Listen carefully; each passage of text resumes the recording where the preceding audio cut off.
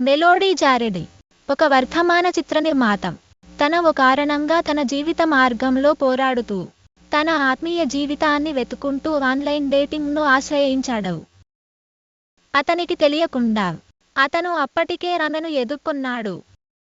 ప్రారంభ సన్నివేశంలో మనకు కథానాయకుడిని మరియు అతని ఖచ్చితమైన ఉదయపు దినచర్యను పరిచయం చేస్తారు. అనూహ్యంగా మచ్చలేని సింక్పై 2 సార్లు చేతులు కడుక్కున్న తరువాత అతను తన చెవులను శుభ్రం చేయడానికి క్యూటిప్ని ఉపయోగిస్తాడు. శుభ్రపరిచిన తరువాత రోల్ను దాని ప్రారంభ స్థానానికి మార్చడానికి ముందు అతను క్యూటిప్ను ఖచ్చితంగా ఒక చదరపు టాయిలెట్ పేపర్లో చుట్టాడు. అద్దంలో తనను తాను తనిఖీ చేసుకుంటూ చర్చిలో పని చేయడానికి వెళ్లే ముందు అతను అందంగా కనిపిస్తాడని నిర్ధారిస్తుంది. అక్కడ అతను మరియు అతని భాగస్వామి త్వరలో వివాహం చేసుకోబోయే జంట ఫోటోలు తీయడం. అతని భాగస్వామి మార్కస్ కొన్ని నాణ్యమైన షాట్లను క్యాప్చర్ చేయడానికి ప్రయత్నిస్తాడు, కానీ వరుడు సహకరించడం లేదని తెలుస్తోంది. అతను లైటింగ్ని సర్దుబాటు చేయమని జారెడ్ని అభ్యర్థిస్తాడు మరియు వారు ఖచ్చితమైన షాట్లను సంగ్రహించడం ముగించారు. వధువు కూడా ఆమె సంతృప్తిని చూసిన తరువాత వారి పట్ల తన ప్రేమను వ్యక్తపరుస్తుంది. మార్కస్ వారు మంచులో కొన్ని ఫోటోలు తీయమని సూచించాడు మరియు వధువు జూన్లో వివాహాన్ని మొదట ఎలా ప్లాన్ చేశారనే దాని గురించి జ్ఞాపకం చేసుకోవడం ప్రారంభిస్తుంది. జారెడ్ మరియు మార్కస్ వరుడితో పాటు నిలబడిన వధువు చిత్రాలలో అందంగా కనిపించడానికి వరుడు 15 పౌండ్లను ఎలా కోల్పోయేలా చేసింది. షూట్ పూర్తి చేసిన తర్వాత మార్కస్ మరియు జారెడ్ తమ సామగ్రిని వ్యాన్లోకి ప్యాక్ చేస్తారు. మార్కస్ వధువుపై వ్యాఖ్యానించారు, ఒంటరిగా ఉండటం కంటే అధ్వాన్నమైన విధి ఉందని అతను జారెడ్కు భరోసా ఇస్తాడు మరియు ఆమెను క్రూల అని కూడా సూచిస్తాడు. వరుడిని అర్థం చేసుకోవడానికి ప్రయత్నిస్తూ, వధువు తనతో కలిసి ఉండటానికి అతనికి ప్రత్యేకంగా ఏదైనా చేయాలని జారెడ్ ఊహిస్తాడు. అయితే మార్కస్ ప్రతి స్త్రీ తన పురుషుడి కోసం ప్రత్యేకంగా ఏదైనా చేస్తుందని అతనికి తెలియజేస్తాడు. అతనికి అతని భార్య మేగాన్ ఉంది, కానీ ఆమె ప్రపంచంలోని ఏకైక మేగాన్ కాదు. అయినప్పటికీ అతను ఇప్పటికే పరిపూర్ణమైన దాన్ని కలిగి ఉన్నప్పుడు అతను కొత్తదానిని వెతకడానికి ఎప్పుడూ సాహసించడు. మార్కస్ అతని డేటింగ్ ప్రొఫైల్ కోసం అతనికి కొన్ని సలహాలను అందజేస్తాడు మరియు జారెడ్ ఎట్టకేలకు ఒకదాన్ని రూపొందించడానికి సిద్ధంగా ఉన్నట్లు వెల్లడించాడు. తన ప్రొఫైల్లో అతను ఫిల్మ్ మేకర్ మరియు ప్రజలను ఆలోచింపజేయాలని కోరుకునే కథకుడు కావాలనే తన ఆకాంక్షల గురించి వ్రాయాలని అనుకున్నాడు. తల వణుకుతూ మార్కస్ జారెడ్కి తెలియజేశాడు, మహిళలు తమను ఆలోచింపజేసే వ్యక్తిని ఇష్టపడరు. ముందుకు వెనుకకు అతను స్టూడియోలో పని చేస్తున్నాడని తెలిపిన జారెడ్ను వారు చివరకు అంగీకరించారు. వారు అతని ప్రొఫైల్ కోసం కొన్ని ఫోటోలు తీయడానికి స్టూడియోకి వెళతారు. జారెడ్ తెలివైన, హాస్యాస్పదమైన మరియు మంచి ఊహ కలిగిన వ్యక్తిని కోరుకుంటున్నట్లు వెల్లడించినప్పుడు మార్కస్ అతనిని తాను కాకూడదనే సలహా ఇచ్చిన తర్వాత అతని ఫోటోలను తీసుకుంటాడు, కానీ అతని ఉత్తమ అడుగు ముందుకు వేయండి. ఆసక్తిగా ఉన్న జారెడ్ దాని అర్థం ఏమిటని అడుగుతాడు, కానీ మార్కస్ దానిని తొలగించి అతను ఇప్పటికే సిద్ధంగా ఉన్నానని అతనికి హామీ ఇచ్చాడు. జారెడ్ అతను సూచన కోసం సిద్ధం చేసిన ప్రశ్నల జాబితాను తీసివేశాడు. జాబితాను ఉపయోగించడం ద్వారా అతను స్క్రిప్ట్ను కలిగి ఉంటాడు, కాబట్టి మహిళలు ఆకస్మికంగా మరియు త్వరగా తెలివిగల పురుషులను ఇష్టపడతారని మార్కస్ అతనికి తెలియజేశాడు. షూట్ పూర్తయిన తర్వాత జారెడ్ మరియు మార్కస్ మేగాన్ వర్క్ ప్లేస్కి ఆమెను పికప్ చేయడానికి వెళతారు. మేగాన్కి కొన్ని పనులు పూర్తి చేయాల్సి ఉంది, కాబట్టి వారు ఆమె కోసం లైబ్రరీలో వేచి ఉండేందుకు అంగీకరిస్తున్నారు. వారు అక్కడికి వెళుతుండగా ఒక అమ్మాయి ప్రమాదవశాత్తు జారెడ్ని కొట్టడంతో అతను పడిపోయాడు. ఆ అమ్మాయి మేగాన్ సహోద్యోగి కేటీ. జారెడ్కి త్వరగా క్షమాపణలు చెబుతుంది మరియు అతనికి సహాయం చేయడానికి కూడా ప్రయత్నిస్తుంది. లేచి జారెడ్ తాను క్షేమంగా ఉన్నానని మరియు దానికి కేటీని నిందించనని హామీ ఇచ్చాడు. అతను తీపిగా ఉన్నాడని అనుకుంటూ కేటీ అతని చెంపను మెల్లగా తాకింది, అతనిని భయపెట్టింది. మేగాన్ వారిని ఒకరినొకరు పరిచయం చేసుకుంటుంది మరియు కేటీ ఉత్సాహంగా ఉన్నట్లు కనిపిస్తుంది. కానీ జారెడ్ బాత్రూంకి వెళ్ళుతున్నప్పుడు తనను తాను క్షమించుకున్నాడు. బాత్రూంలోకి దూసుకెళ్లి వెంటనే సబ్బు పట్టుకుని ముఖం కడుక్కున్నాడు. చివరికి వారు మేఘాన్ కార్యాలయాన్ని విడిచిపెట్టారు మరియు వారు తరచుగా సందర్శించే హేస్ బాటన్లో వారు స్థిరపడడాన్ని మేము చూస్తాము. మేఘాన్ తన నంబర్ను పంచుకోవడానికి ఆమె తనకు అనుమతి ఇచ్చిందని చెబుతూ కేటీ గురించి మీరు ఏమనుకుంటున్నారని అడిగారు. జారెడ్ ఆమె ఆకర్షణీయంగా ఉందని ఒప్పుకున్నాడు, కానీ ఆమె తనకు చాలా ఎక్కువ అని అతను నమ్ముతాడు. మేఘాన్ తన మనసు మార్చుకోవడానికి ప్రయత్నిస్తాడు, కానీ అతను తనకు డేటింగ్ ప్లాట్ఫారం ఉన్నందున అతను బాగానే ఉన్నాడని ఆమెకు హామీ ఇచ్చాడు. అదే అతనికై ప్రక్రియపై మరింత నియంత్రణను ఇస్తుంది. అతను మార్కస్ బాత్రూంకు వెళ్ళడానికై ఎక్కువ డేటింగ్ చేయలేదు కాబట్టి మేఘాన్ మాట్లాడే అవకాశాన్ని ఉపయోగించుకుంటుంది. ఎక్స్పోజర్ థెరపీ గౌరవించే జారెడ్కు కాలక్రమేణా మైలో ఆందోళన కలిగించే చర్యలను చేయమని మిమ్మల్ని మీరు బలవంతం చేస్తారు. మీరు మరింత సుఖంగా ఉంటారు. జారెడ్ దాన్ని గౌరవించే తన అవగాహనను అంగీకరించాడు, అయితే అతను దానిని అమలు చేసే ఉద్దేశ్యం కలిగి లేడు కాబట్టి అతను నమ్ముతున్నాడు.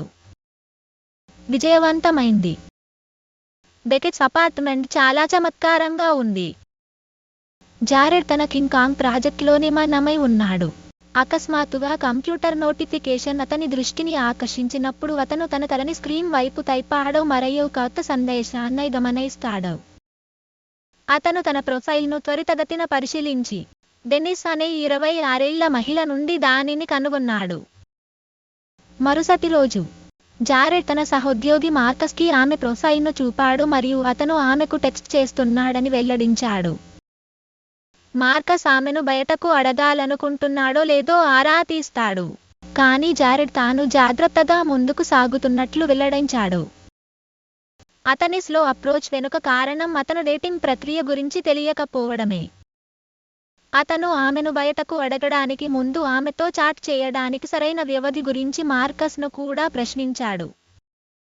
కాబట్టి ఆమెను వ్యక్తిగతంగా కలవడానికి తగినంత సౌకర్యంగా అనిపించే వరకు ఆమెతో చాటింగ్ కొనసాగించమని మార్కస్ అతనికి సలహా ఇస్తాడు. విచారకరంగా జారెడ్ తాను ఎప్పుడూ సుఖంగా లేడని ఒప్పుకున్నాడు. కాబట్టి పరిస్థితిని తగ్గించడానికి మార్కస్ ఆమెను లూనా కేఫ్లో భోజనానికి తీసుకెళ్లాలని ప్రతిపాదించాడు. తనకు పరిచయం లేని ప్రదేశాలను సందర్శించడం అసౌకర్యంగా ఉన్నందున ఆందోళన చెందిన జారెడ్ అక్కడ బాత్రూంల శుభ్రత గురించి ఆరా తీస్తాడు. బాత్రూంలు నిజంగా శుభ్రంగా ఉన్నాయని వారు ధృవీకరిస్తున్నారు. అయితే జారెడ్ పేజర్ల గురించి ఆందోళన వ్యక్తం చేశాడు. వారు అతనికి పేజర్ని అందజేస్తే అది బాత్రూంకి అదనపు పర్యటన అని అర్థం.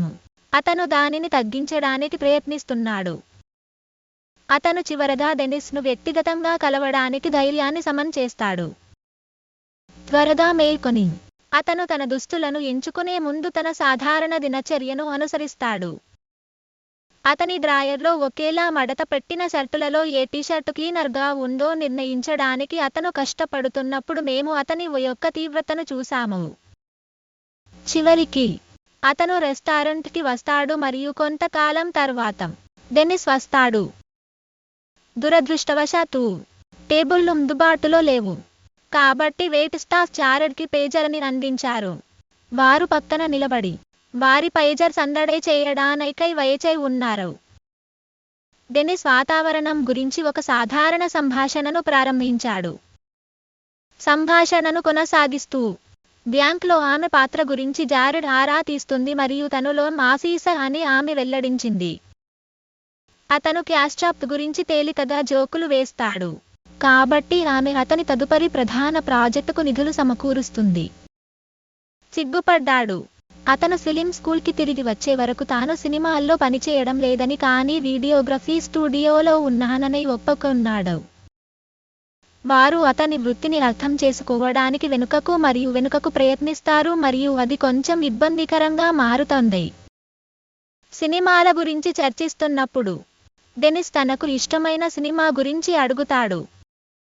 సినిమా ఔత్సాహికుడిగా అతను తనకు ఇష్టమైన సినిమాని ఎంచుకోవడానికి కష్టపడతాడు. కాబట్టి ఆమె అతని ఇష్టపడే కామెడీ గురించి అడుగుతుంది.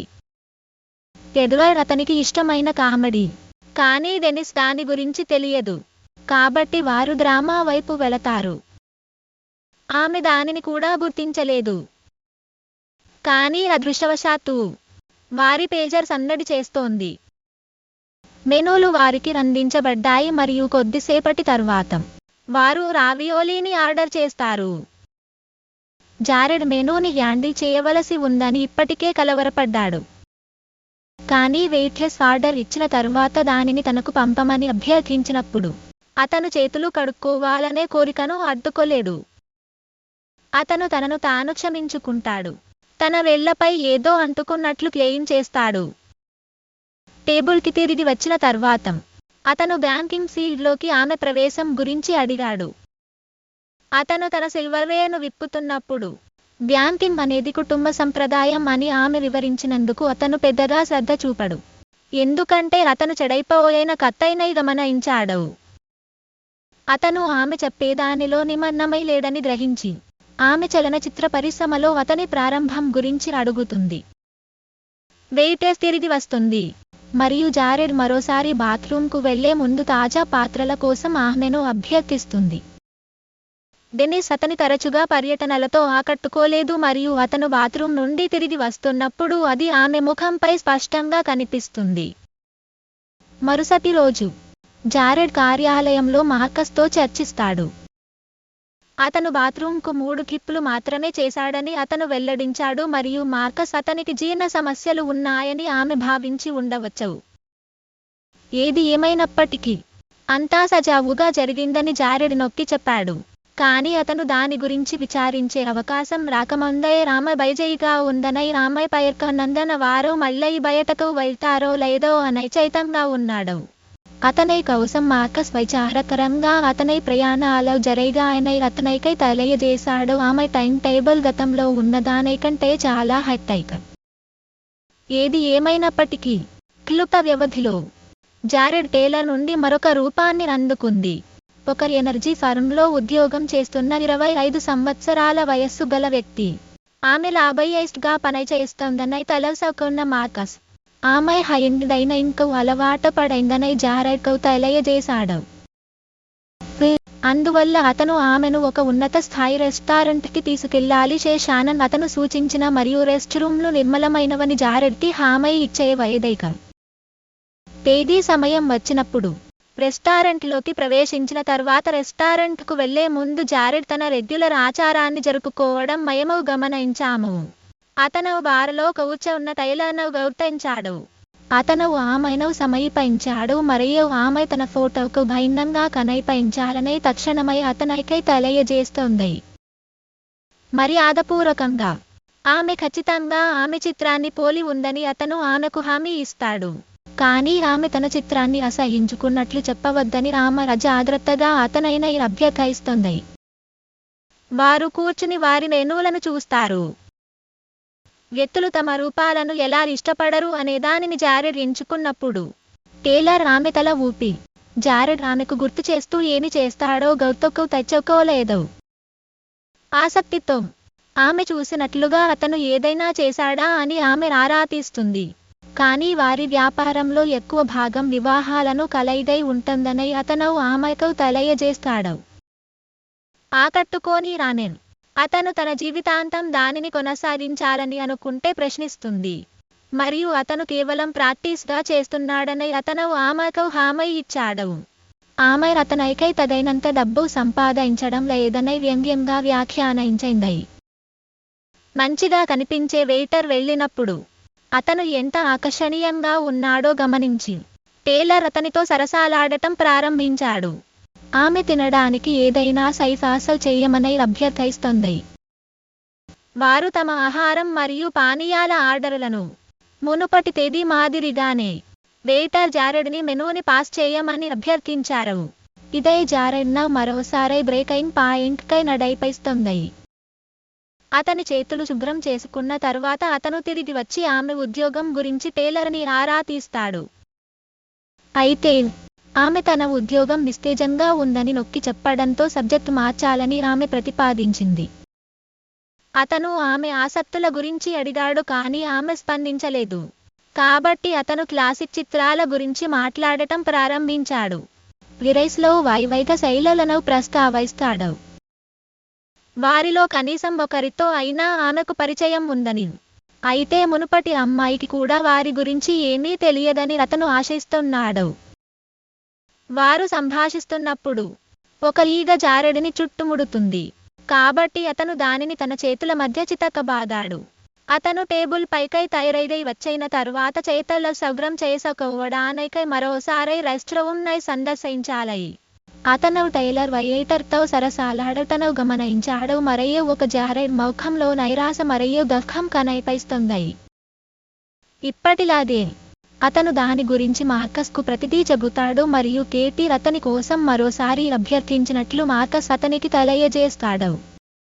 కేటీకి తన పట్ల ఆసక్తి ఉందని అతను నమ్మలేకపోతున్నాడు. కానీ ఆమెతో డేటింగ్కు వెళ్లడంపై అనుమానం ఉంది. ఎందుకంటే అతనికి ఆమె గురించి ముందుగా ఏమీ తెలియదు కాబట్టి ఆన్లైన్ డేటింగ్ అతని కోసం డేటింగ్ను సులభతరం చేస్తుంది. ఎందుకంటే అతను బయటకు వెళ్లే వ్యక్తి గురించి అతనికి ఇప్పటికే తెలుసు. కేటీ తెలివైన మరియు కొంత తెలివి తక్కువ వ్యక్తి అని జారెడ్కి మేఘాన్ డ్రాప్ చేసి తెలియజేశాడు. అది అతనికి అనువైనదై. సంక్షిప్త ఆలోచన తర్వాత జారెడ్ చివరకు ఆమెను కలవడానికి అంగీకరించాడు. అతను ఆమెను బయటకు ఆహ్వానిస్తున్నట్లు వారికి తెలియజేసినట్లు. అతను తేదీకి సిద్ధమవుతున్నప్పుడు అతను ఫోన్ కాల్లో మార్కస్ నుండి కాల్ అందుకున్నాడు. వారిని ఇబ్బంది పెట్టకుండా తన కష్టాలను తీర్చమని మార్కస్ అతనికై ప్రత్యేకంగా తెలియజేశాడు. కానీ అతను తనపై చాలా ఒత్తిడిని చూపుతున్నాడని వెంటనే గ్రహించాడు. కాబట్టి అతను రిలాక్స్ అవ్వమని అభ్యర్థించాడు మరియు ఒక సాధారణ వ్యక్తి వలె ఆనందించండి. కేటీ మరియు జారెడ్ చివరగా హెస్ బాటన్ ముందు కలుస్తారు. వారు లోపలికి వస్తారు మరియు వెయిటర్ వెంటనే జారెడ్ని గుర్తిస్తాడు. కాబట్టి టేబుల్ అందుబాటులో ఉన్న తరువాత వారు ప్రకటిస్తారని అతను వారికై తెలియజేస్తాడు.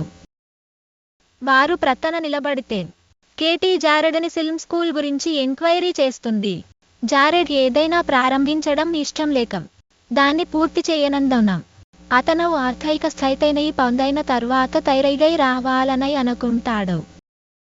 తన కండువాను నేలపై పడవేసి కేటీ క్షమాపణలు చెప్పింది మరియు ఆమె వికృతమైనది కాదని వాగ్దానం చేసింది.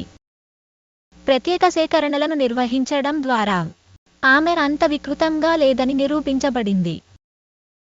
జారెడ్ డైరెక్టర్ కావాలని ఆమె ఊహిస్తుంది మరియు ఆమె సరైనదని అతను ఆమెకు తెలియజేస్తాడు. అతని డ్రీమ్ జాబ్తో ఆకర్షితుడయ్యాడు. అది తప్పక ఉంటుందని ఆమె ఊహిస్తుంది. కాబట్టి మీ కథనాన్ని జారెడ్తో అందరితో పంచుకోవడం చాలా అద్భుతంగా ఉంది. ఆశ్చర్యానికై లోనైంది. ఆమెకు సినిమాలంటే ఇష్టం లేదా అని ఆరా తీస్తుంది. అంతేకాదు ఆమె నిజంగా వాటిలో అంతర్లీనంగా ఉంది.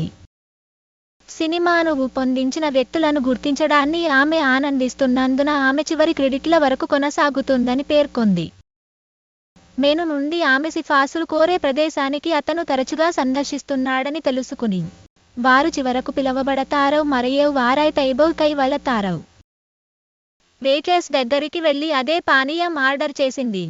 నేను తీయని ఐస్డ్ టీ. ఆమె వారి పానీయాలను సిద్ధం చేస్తున్నప్పుడు వారు ఏమి తినాలనుకుంటున్నారో వారు చర్చిస్తారు. జారెడ్ సాల్మన్ను ఎంచుకున్నాడు మరియు కేటీ గ్రీక్ సలాడ్ను ఎంచుకుంటుంది. అయితే అతని మునుపటి తేదీల మాదిరిగానే వెయిటర్లు అతనిని మెనూని పాస్ చేయమని అభ్యర్థిస్తారు.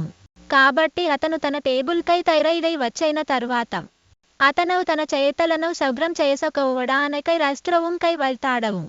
అతను పెద్ద సంఖ్యలో ప్రజలను ఎదుర్కొంటాడు. కానీ అతను అణచివేయడానికి ప్రయత్నించినప్పుడు ఎవరో అతని పేరును అరుస్తారు. చుట్టూ తిరగండి. అతను తన స్నేహితుడు బ్రాండన్ కరచాలనం కోసం చేయి చాచినట్లు గుర్తించాడు. అతని చేయి మురికిగా ఉన్నప్పటికీ జారెడ్ అతని కరచాలనం చేశాడు. బ్రాండన్ జారెడ్ లాగా ఇంకా గ్రాడ్యుయేట్ చేయని అతని కాలేజ్ స్నేహితుడు. కేటీ వైపు చూస్తూ అతను ఎవరు అని ప్రశ్నించాడు మరియు ఆమె తన స్నేహితురాలు అని జారెడ్ అతనికి తెలియజేస్తాడు. అతను చివరకు బయలుదేరాడు. కాబట్టి జారెడ్ కూర్చున్నాడు. అయినప్పటికీ అతను బ్రాండన్ నుండి తన చేతిని మురికిగా ఉందని మరియు దానిని పట్టుకోవడం ఆపలేడని ఒత్తిడి చేయడం ప్రారంభించాడు. కేటీ చెప్పేదానిపై దృష్టి పెట్టడానికి ప్రయత్నిస్తాడు.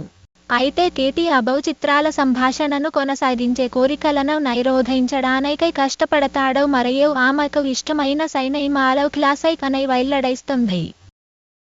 ఆమె తన అభిమాన దర్శకుడి గురించి హాయ్ అడుగుతుంది మరియు అది స్టాన్లీ కుబ్రిక్ అని వెల్లడిస్తుంది. ఆమె అతని చిత్రాలలో ఒకదానిని ప్రస్తావించినప్పుడు దర్శకుడి ఉనికి గురించి కూడా ఆమెకు తెలిసి ఉంటుందని నేను ఆశ్చర్యపోయాను. కేటీ దానిని తన వాచ్ లిస్ట్కి జోడిస్తానని హామీ ఇచ్చింది. కుబ్రిక్లో ప్రత్యేకత ఏమిటని సారా తీస్తుండగా హాయ్ ఫిల్మ్ మెటిక్యులస్నెస్ జారెడ్కి ఏమి చేస్తుంది. ప్రతిదీ ఒక పెయింటింగ్ లాగా సంపూర్ణంగా కంపోజ్ చేయబడింది, కానీ దాని కింద ఇంకా జీవం ఉంది. వెయిట్లెస్ కొన్ని బ్రెడ్ స్టిక్లను డెలివరీ చేయడానికి వచ్చింది, కాబట్టి నేను జారెడ్ని తిరిగి వాస్తవికతలోకి తీసుకున్నాను. ఇకపై కోరికను తట్టుకోలేక అతను తనను తాను క్షమించుకుని బాత్రూంలో చేతులు కడుక్కోవడానికి బయలుదేరాడు. అతను చేతులు కడుక్కున్నప్పుడు అతను అద్దంలో పైకి చూస్తాడు మరియు అతను తనలో తాను నిరాశకు గురయ్యాడని మనం చూడవచ్చు. అతను టేబుల్ పైకై తయారై వచ్చిన తర్వాత కాటై రెస్ట్రూమ్నై ఉపయోగించమని సాకుగా చెబుతావు. గోడపై ఉన్న అనేక పోస్టర్లను చూస్తావు. ఒకరు అతని దృష్టిని ఆకర్షించారు. ఒక జంట కలుసుకున్న క్షణం నుండి వారి ప్రేమ అంతరించిపోయిందని అది పేర్కొంది. కేటీ తిరిగి వచ్చి వారు కుబ్రిక్ గురించిన సంభాషణను కొనసాగించారు. వారి ఆహారం రాకముందే రెస్టారెంట్ నుండి నిష్క్రమించారు. ఇద్దరి ముఖాల్లో చిరునవ్వు కనిపిస్తుంది. జారెడ్ డేట్ని ఆస్వాదించాడని ఆమెకు తెలియజేశాడు మరియు నేను మళ్ళీ అతనితో బయటకు వెళ్ళడానికి ఆసక్తి ఉందా అని అడిగాడు. మరియు ఆమె అంగీకరించడమే కాకుండా ఆమె హై క్రిటికల్ రెస్పాన్స్ను వినగలిగేలా సినిమా చూడమని కూడా సూచించింది. ఆల్మోస్ను వెంటనే గుర్తు చేసుకుంటూ జారెడ్ ఆమెను హిస్టరీ మ్యూజియంకు ఆహ్వానిస్తాడు. అక్కడ ఆల్ఫ్రెడ్ హిచ్కాక్ చిత్రం ప్రదర్శించబడుతుంది. ఆశ్చర్యకరంగా కేటీకి దాని గురించి ముందే తెలుసు. మరుసటి రోజు పని వద్ద జారెడ్ తేదీ ఎంత బాగా జరిగిందో మార్కస్కి తెలియజేశాడు. రెస్టారెంట్ని 2 సార్లు సందర్శించినప్పటికీ ఆమెతో 2వ తేదీని పొందగలిగాడు మరియు అతను సంతోషంగా ఉండలేకపోయాడు. వారి డేట్ నైట్ చివరకు వస్తుంది మరియు జారెడ్ మ్యూజియంలోకి ప్రవేశించడాన్ని మేము చూస్తాము. అతను ఒక పైరెట్ ముందు నిలబడి కేటీ కోసం వెతుకుతున్నాడు. దాని వెనుక నుండి వచ్చే పైరెట్ శబ్దాలు విన్నప్పుడు కేటీ నవ్వుతూ ఉద్ధరించింది మరియు జారెడ్ తన పైరెట్ ఇంప్రెషన్లు చాలా బాగున్నాయని ఆమెకు తెలియజేస్తుంది. వారు వరుసలో ఉన్నందున వెర్టిగోను పెద్ద స్క్రీన్ పై చూడాలనుకున్న విధంగా చూడడానికి ఉత్సాహంగా ఉన్నట్లు కేటీ ఒప్పుకుంది. టీవీలో చలనచిత్రాలు మరియు ధారావాహికలు చూడటం ఆమెకు చాలా ఇష్టం. అయితే మీరు టీవీలో మాయాజాలాన్ని అనుభవించలేరని కేటీ అంగీకరించారు. అదృష్టవశాత్తు ఆమె కోసం వారు ప్రతి నెల మ్యూజియంలో క్లాసిక్ చిత్రాలను ప్రదర్శిస్తారు. వారు టిక్కెట్ను కొనుగోలు చేయాల్సిన సమయం వచ్చింది, కానీ క్యాషియర్ అతనికి 2 పెద్దల టిక్కెట్లను అందజేసినప్పుడు అతను రెస్టారెంట్లోకి వెళ్ళే ముందు వాటిని కేటీకి ఇస్తాడు. బయటకు వస్తూ అతను రెస్టారెంట్కి వెళ్ళిన వాస్తవాన్ని అర్థం చేసుకుని పట్టించుకోకుండా నిలబడి ఉన్న ఆమెను చూసి ఆశ్చర్యపోతాడు. ఆమెని మెచ్చుకుంటూ ఆమె వైపు చూస్తూ ఆమె సైతమా అని ఆరా తీస్తాడు. మరియు ఇద్దరు మ్యూజియాన్ని ఆరాధిస్తూ తరచూ లోపలికి ప్రవేశించారు. దానిని సందర్శించండి, కానీ వారిద్దరూ అక్కడ చలనచిత్రాన్ని చూడలేదు. విచారకరంగా కేటీ జారెడ్కు తెలియజేశారు. శాసనసభ వారి బడ్జెట్ను తగ్గించాలని భావిస్తోంది. గణనీయమైన పౌలైన్ ఉన్నప్పటికీ అయితే మ్యూజియంలో మరియు చిత్రాల వంటి వస్తువులను భద్రపరచడం యొక్క ప్రాముఖ్యతను చర్చిస్తుంది. జారెడ్ని తప్పుదారి పట్టించినందుకు క్షమించండి. అయినప్పటికీ అతను తరచూ ఇలాంటి పరిస్థితిలో తనను తాను కనుగొంటాడు కనుక ఇది పూర్తిగా ఓకే అని ఆమెకు హామీ ఇచ్చాడు.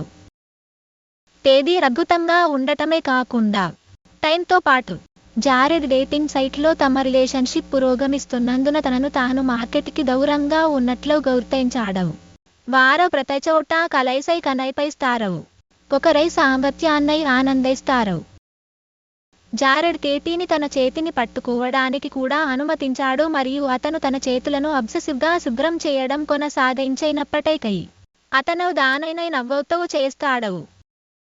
ఒకరోజు వారు పెళ్లిని చిత్రీకరిస్తున్నప్పుడు జారెడ్ తదుపరి పెద్ద అడుగు వేయడానికి సిద్ధంగా ఉన్నట్లు వెల్లడించాడు. అతను కేటీని ఆహ్వానించడానికి ప్లాన్ చేస్తున్నట్లు అతను వెల్లడించాడు.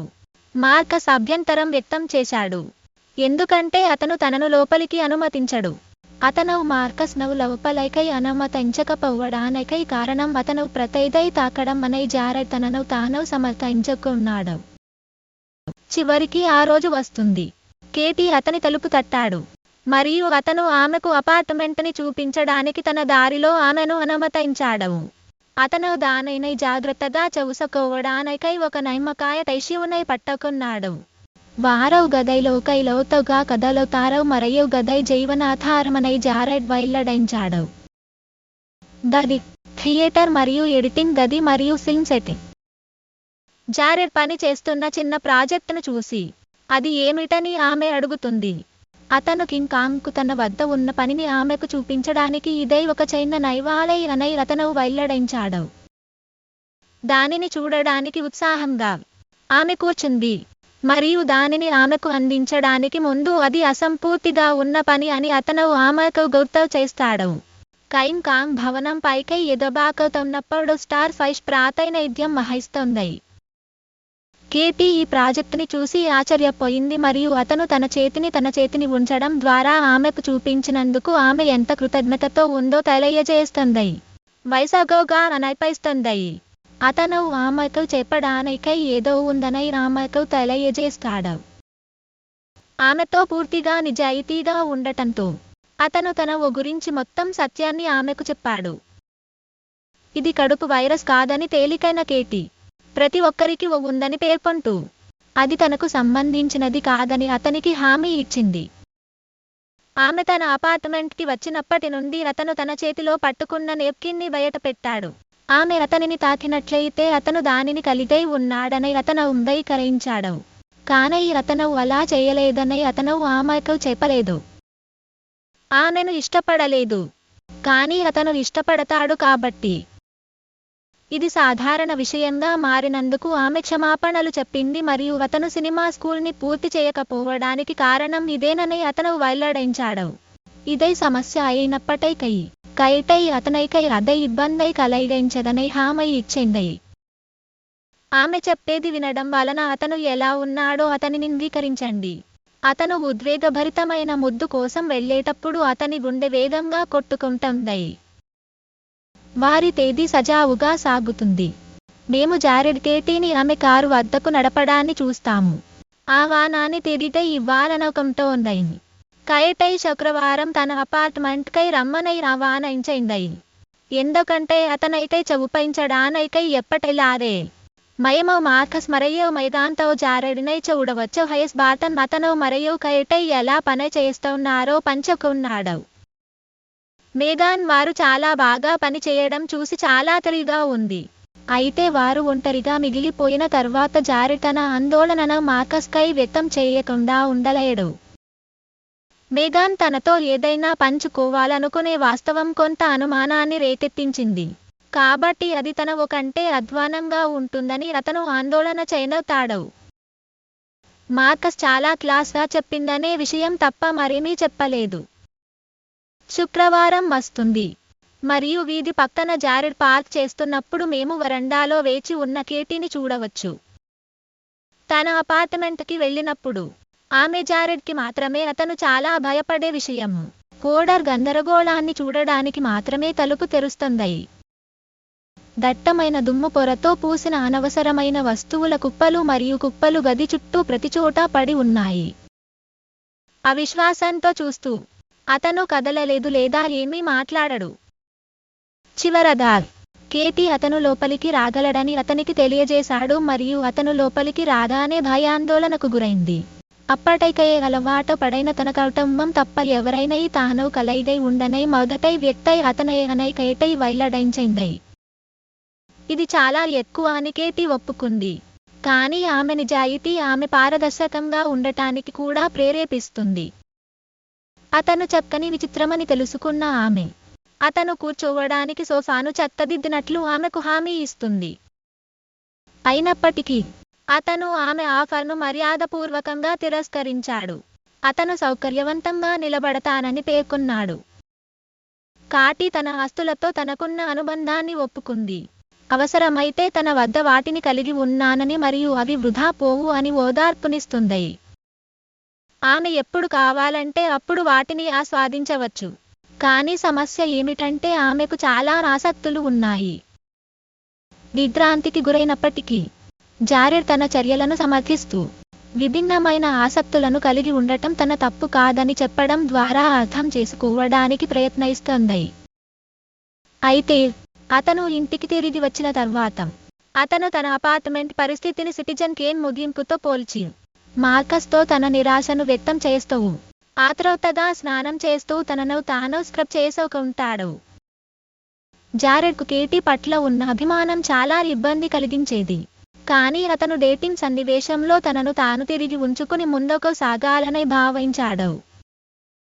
మేము అతనిని ఒక అందమైన అమ్మాయితో డేటింగ్లో చూస్తాము. కానీ సమస్య ఏమిటంటే ఆమె మాజీల విలాసవంతమైన బహుమతులు ఉన్నప్పటికీ ఏదీ ఆమెను సంతృప్తిపరచలేదు. తేదీ తర్వాత జారెడ్ మార్కస్తో కలిసి సినిమాలకు వెళ్తాడు. అక్కడ అతను అమ్మాయి హాని కలిగిందని వెల్లడించాడు.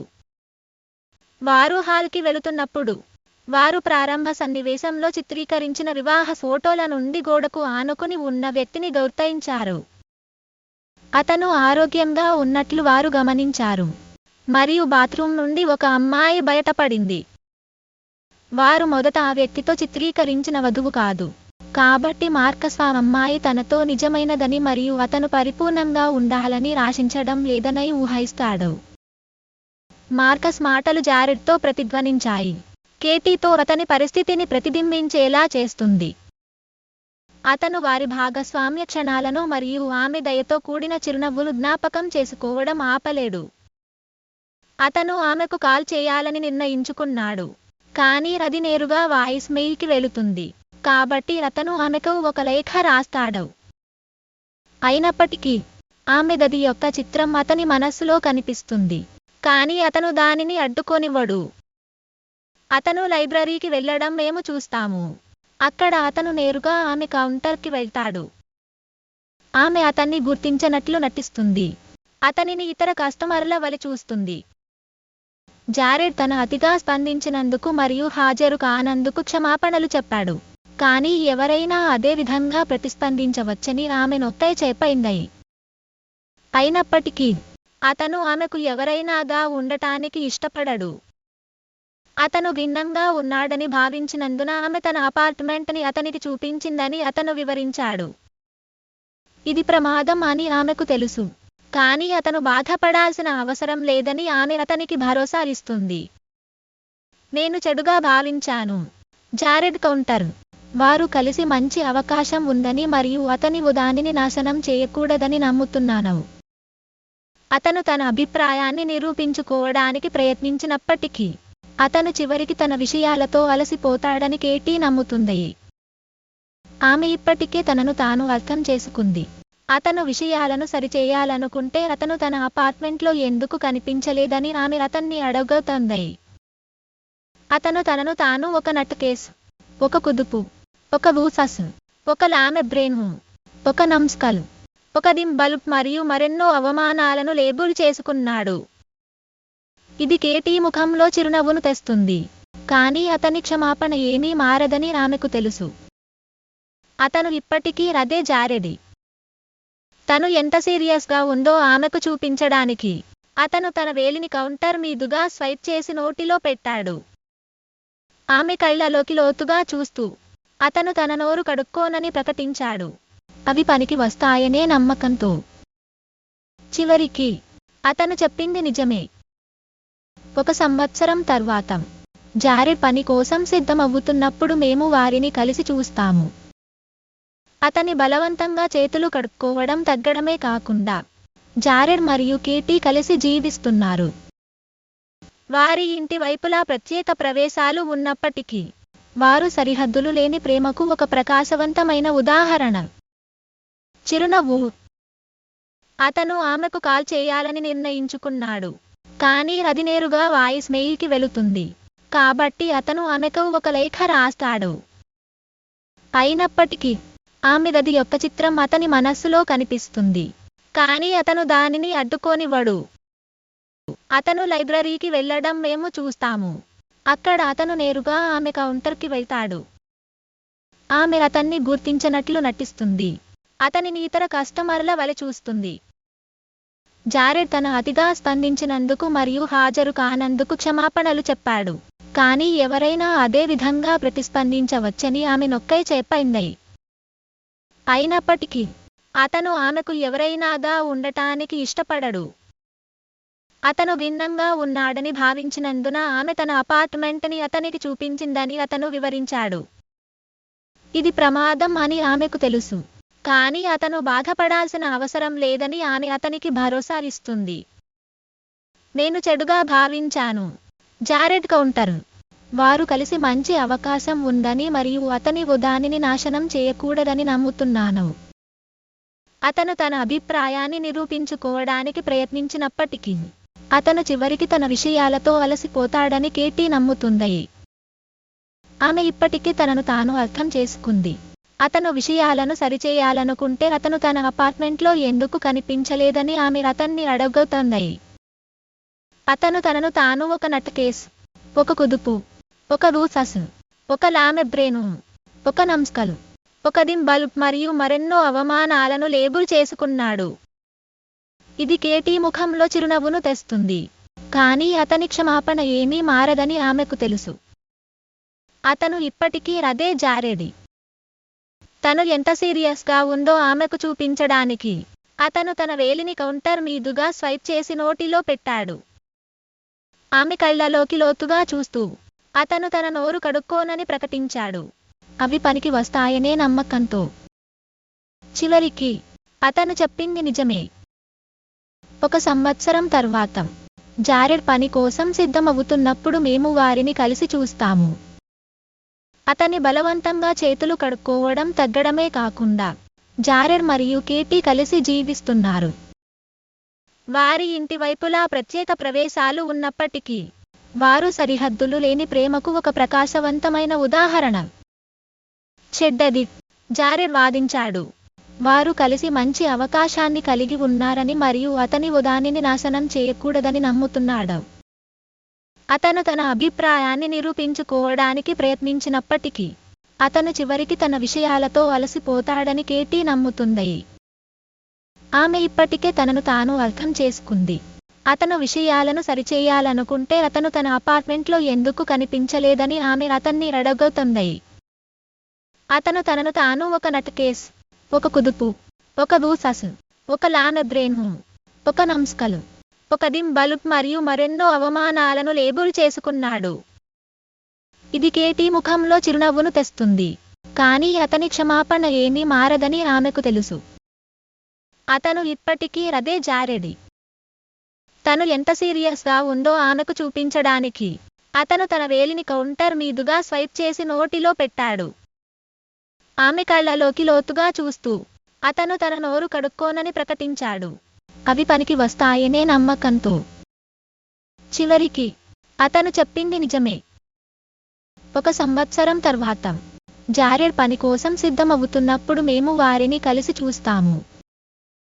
అతని బలవంతంగా చేతులు కడుక్కోవడం తగ్గడమే కాకుండా జారెడ్ మరియు కేటీ కలిసి జీవిస్తున్నారు. వారి ఇంటి వైపులా ప్రత్యేక ప్రవేశాలు ఉన్నప్పటికీ వారు సరిహద్దులు లేని ప్రేమకు ఒక ప్రకాశవంతమైన ఉదాహరణ. మీరు బహుశా ఆలోచించని మరిన్ని అవమానాలు. ఇది కేటీ ముఖంలో చిరునవ్వును తెస్తుంది, అయినప్పటికీ అతని క్షమాపణ ఏమీ మారదని ఆమెకు తెలుసు. అతను ఇప్పటికీ అదే జారెడ్. తను ఎంత సీరియస్గా ఉందో ఆమెకు చూపించడానికి అతను తన వేలిని కౌంటర్ మీదుగా స్వైప్ చేసి నోటిలో పెట్టాడు. ఆమె కళ్ళలోకి లోతుగా చూస్తూ అతను తన నోరు కడుక్కోనని ప్రకటించాడు. అవి పనికి వస్తాయనే నమ్మకంతో. చివరికి అతను చెప్పింది నిజమే. 1 సంవత్సరం తర్వాత జారెడ్ పని కోసం సిద్ధమవుతున్నప్పుడు మేము వారిని కలిసి చూస్తాము.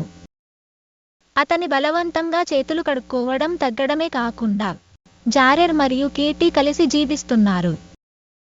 వారి ఇంటి వైపులా ప్రత్యేక ప్రవేశాలు ఉన్నప్పటికీ వారు సరిహద్దులు లేని ప్రేమకు ఒక ప్రకాశవంతమైన ఉదాహరణ. ఆమె కళ్ళలోకి లోతుగా అతను తన నోరు కడగడం లేదని అతను వెల్లడించాడు, ఎందుకంటే అవి పని చేయబోతున్నాయని అతను నమ్ముతున్నాడు. చివరికి అతను చెప్పింది నిజమే. 1 సంవత్సరం తర్వాత జారెడ్ పని కోసం సిద్ధమవుతున్నప్పుడు మేము వారిని కలిసి చూస్తాము.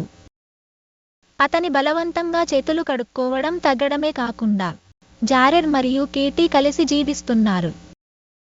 వారి ఇంటి వైపులా ప్రత్యేక ప్రవేశాలు ఉన్నప్పటికీ వారు సరిహద్దులు లేని ప్రేమకు ఒక ప్రకాశవంతమైన ఉదాహరణ. పని చేయడానికి సిద్ధంగా ఉన్నందున అతని బలవంతంగా చేతులు కడుక్కోవడం మాత్రమే కాకుండా జారెడ్ మరియు కేటీ కలిసి జీవిస్తున్నట్లు మేము చూస్తున్నాము. ప్రతి ఒక్కరూ తమ ఇంటి వైపు నివసిస్తున్నారు, నెమ్మదించారు మరియు వారు సరిహద్దులు తెలియని ప్రేమకు గొప్ప ఉదాహరణ. కేటీ కలిసి నివసిస్తున్నారు. ప్రతి ఒక్కరూ తమ ఇంటి వైపు నివసిస్తున్నారు. ఇంటికి 2 ప్రవేశాలు ఉండటం హద్దులు లేని ప్రేమకు గొప్ప ఉదాహరణ. వారిలో ప్రతి ఒక్కరూ తమ పక్షాన నివసిస్తారు. వారు సరిహద్దులు లేని ప్రేమకు గొప్ప ఉదాహరణ. హద్దులు లేని ప్రేమకు గొప్ప ఉదాహరణ. సరిహద్దులు లేవు. సరిహద్దులు లేవు.